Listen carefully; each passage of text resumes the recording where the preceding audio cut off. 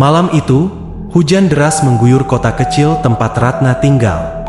Ratna baru saja pindah ke rumah barunya, sebuah rumah tua yang dibelinya dengan harga murah. Saat sedang beres-beres di loteng, Ratna menemukan sebuah kotak tua yang berdebu.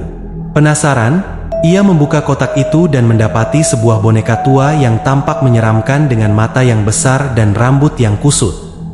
Boneka itu terbuat dari porselen, dan meskipun usianya sudah tampak sangat tua, keindahan dan detail boneka itu masih terlihat jelas. Ratna merasakan sensasi aneh saat memegang boneka tersebut, seolah-olah boneka itu hidup dan sedang menatap balik ke arahnya. Namun, Ratna hanya mengabaikan perasaannya dan membawa boneka itu ke kamarnya.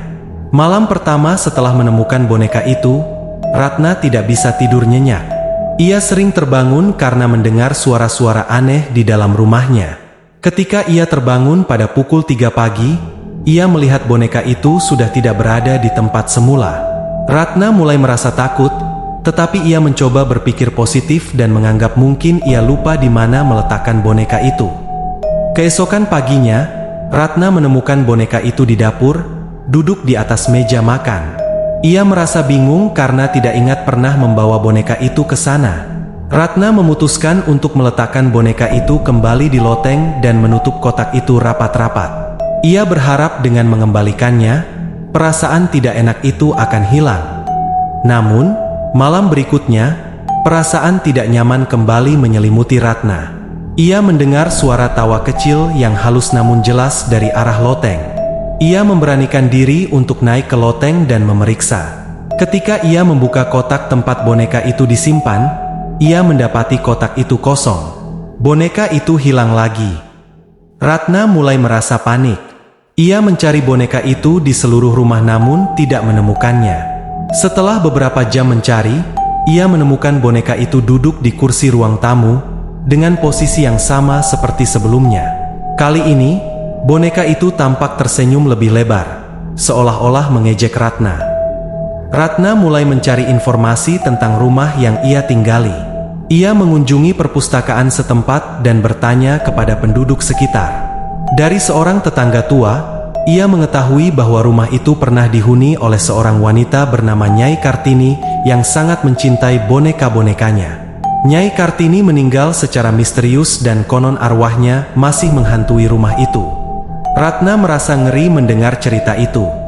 Ia mulai berpikir bahwa boneka yang ditemukannya mungkin adalah salah satu dari koleksi Nyai Kartini dan arwahnya yang membuat boneka itu bergerak. Ratna mencoba membuang boneka itu ke sungai, berharap bisa mengakhiri teror yang dialaminya. Namun, keesokan harinya, boneka itu kembali berada di rumahnya, duduk di kursi ruang tamu seperti biasa. Ratna merasa putus asa dan takut. Ia tidak tahu harus berbuat apa lagi. Boneka itu tampak semakin menyeramkan setiap kali ia melihatnya, dengan senyum yang semakin lebar dan tatapan yang semakin tajam. Setiap malam, Ratna terus mendengar suara-suara aneh. Tawa kecil, bisikan, dan langkah kaki kecil yang berlari-lari di rumahnya. Tidurnya terganggu dan kesehatannya mulai memburuk. Ratna merasa lelah dan tidak berdaya, namun ia tahu bahwa ia harus menemukan cara untuk mengakhiri teror ini. Ratna mencari bantuan dari seorang paranormal yang terkenal di kota itu. Paranormal tersebut, Pak Slamet, datang ke rumah Ratna dan segera merasakan energi negatif yang kuat.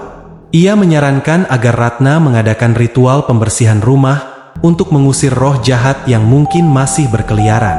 Pak Slamet melakukan ritual dengan berbagai mantra dan menggunakan dupa khusus. Selama ritual berlangsung, Ratna merasa semakin cemas. Suasana di rumah menjadi sangat tegang, dan tiba-tiba, boneka itu jatuh dari rak dengan sendirinya. Pak Slamet berteriak agar Ratna tidak menyentuh boneka itu. Boneka itu mulai bergerak sendiri, perlahan bangkit dan berdiri di atas meja. Pak Slamet dengan cepat mengambil air suci dan memercikannya ke arah boneka itu sambil melafalkan mantra-mantra pengusiran.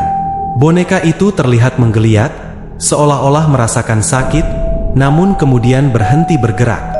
Pak Slamet memberitahu Ratna bahwa roh Nyai Kartini sangat kuat dan tidak akan mudah diusir. Ia menyarankan Ratna untuk segera meninggalkan rumah itu, karena teror dari boneka tua itu mungkin akan semakin parah. Ratna merasa takut, namun ia tahu bahwa ini mungkin satu-satunya cara untuk menyelamatkan dirinya. Ratna memutuskan untuk mengikuti saran Pak Slamet dan mulai mengemas barang-barangnya. Namun, boneka itu tampak tidak mau menyerah begitu saja. Pada malam terakhir di rumah itu, Ratna merasakan kehadiran yang sangat kuat dan jahat. Ia mendengar suara tawa keras yang memenuhi seluruh rumah. Ketika Ratna pergi ke ruang tamu, ia melihat boneka itu berdiri di tengah ruangan, menatapnya dengan mata yang menyala merah. Ratna merasa lumpuh oleh ketakutan, tidak mampu bergerak atau berteriak. Boneka itu perlahan-lahan mendekatinya, dan Ratna bisa merasakan hawa dingin yang menakutkan. Dalam kepanikan, Ratna mengambil sebuah kursi dan melemparkannya ke arah boneka itu. Boneka itu terjatuh dan pecah menjadi beberapa bagian. Namun, dari pecahan boneka itu keluar asap hitam yang kemudian membentuk sosok wanita tua dengan wajah penuh amarah. Ratna menyadari bahwa ia telah membebaskan roh Nyai Kartini. Sosok Nyai Kartini bergerak mendekati Ratna dengan cepat. Ratna berlari keluar rumah, mencoba menyelamatkan diri. Ia mendengar suara Nyai Kartini yang penuh kebencian memanggil namanya. Ratna terus berlari tanpa melihat ke belakang hingga ia sampai di rumah Pak Slamet. Pak Slamet segera melakukan ritual pelindungan untuk Ratna. Ia memberitahu Ratna bahwa roh Nyai Kartini mungkin akan terus mengejarnya selama boneka itu tidak dimusnahkan sepenuhnya. Pak Slamet dan Ratna kembali ke rumah tua itu dengan membawa perlengkapan ritual yang lebih lengkap. Sesampainya di rumah, mereka menemukan pecahan boneka masih di tempat yang sama. Pak Slamet mulai melakukan ritual pemurnian dengan menggunakan api suci. Ia membakar pecahan boneka itu satu persatu sambil melafalkan mantra pengusiran yang lebih kuat. Ratna merasa ketakutan namun tetap berada di sisi Pak Slamet. Ketika pecahan terakhir boneka itu terbakar, terdengar suara jeritan yang mengerikan dari dalam api. Suara itu membuat bulu kuduk Ratna merinding.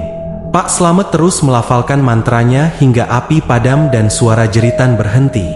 Ratna merasa lega namun masih diliputi rasa takut. Setelah ritual selesai, Pak Slamet memberitahu Ratna bahwa rumah itu sekarang sudah bersih dari roh jahat. Ia menyarankan Ratna untuk segera menjual rumah itu dan pindah ke tempat yang lebih aman. Ratna mengikuti saran itu dan tidak pernah kembali ke rumah tua itu lagi. Beberapa bulan kemudian, Ratna sudah menetap di rumah baru yang lebih modern dan nyaman. Namun, kenangan tentang boneka tua itu dan teror yang dialaminya masih menghantui pikirannya. Ratna berusaha melupakan semuanya dan melanjutkan hidupnya, meskipun bayangan boneka itu masih sering muncul dalam mimpinya. Ratna juga menjadi lebih waspada dan berhati-hati dengan barang-barang antik. Ia tidak pernah lagi tertarik untuk mengoleksi benda-benda tua, takut akan mengulangi pengalaman menyeramkan yang sama. Ia belajar untuk lebih menghargai hidup dan selalu berhati-hati dengan apa yang ia bawa ke rumahnya. Meskipun teror boneka tua itu sudah berakhir, pengalaman tersebut mengajarkan Ratna banyak hal. Ia menyadari bahwa beberapa benda memang bisa membawa energi negatif dan bahwa tidak semua misteri harus diungkapkan. Ratna terus hidup dengan lebih bijaksana dan waspada, menjaga dirinya dari teror yang mungkin muncul di masa depan.